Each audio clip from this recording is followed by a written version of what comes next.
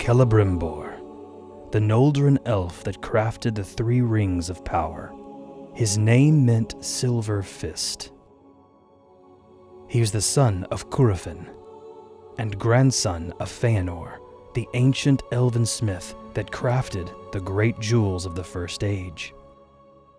When Finrod was slain by a werewolf after being captured by Sauron, Celebrimbor disavowed the vengeful actions of his house caused by Feanor's legendary oath of hatred against all who desired to steal the Silmarils.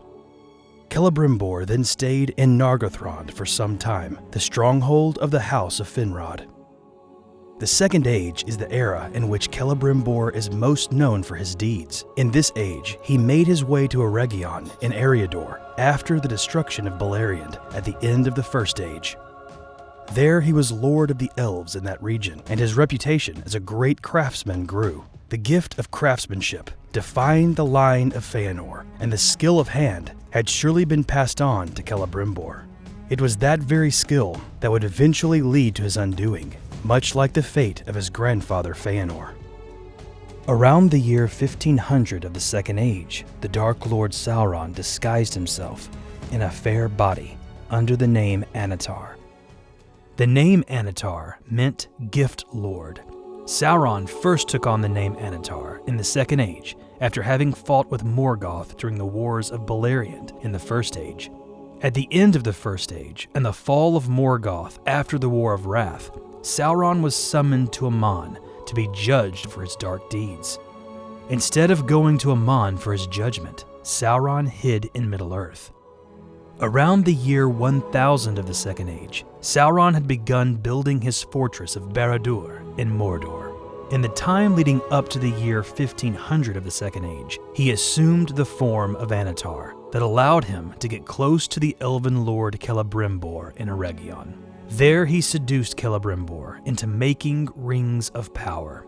Each ring made was marred by the corruption of Sauron, and wherever they were, his power would be on them. These rings would eventually be the ones possessed by the dwarves and men. Celebrimbor then forged the three elven rings alone. The first and greatest of the three rings was named Vilya, the Ring of Air. Second was Ninya, the Ring of Water. And third was Narya, the Ring of Fire. Sauron then returned to Mordor, where he was building his dark tower, the Barad-dûr. And in the fire of Mount Doom, he crafted a master ring to control the others that had been made in Eregion. One ring to rule them all.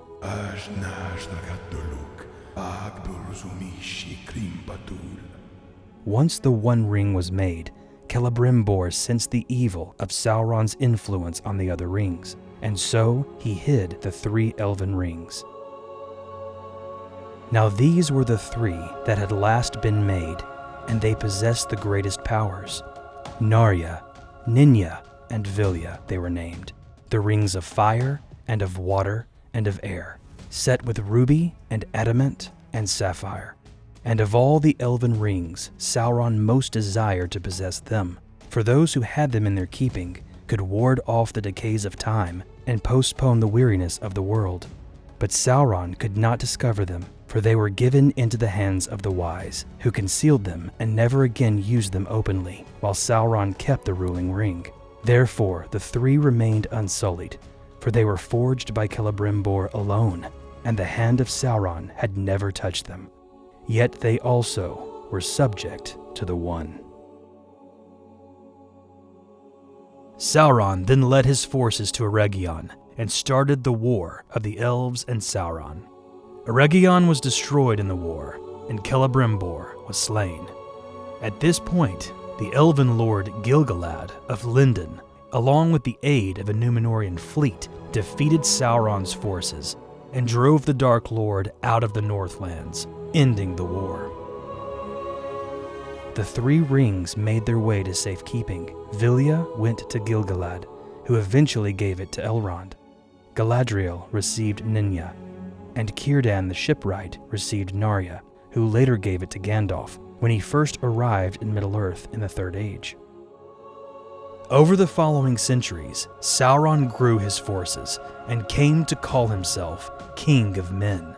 Once the prideful Ar-Pharazôn, king of Numenor, learned of this, he led a great force to Middle-earth in 3262 of the Second Age.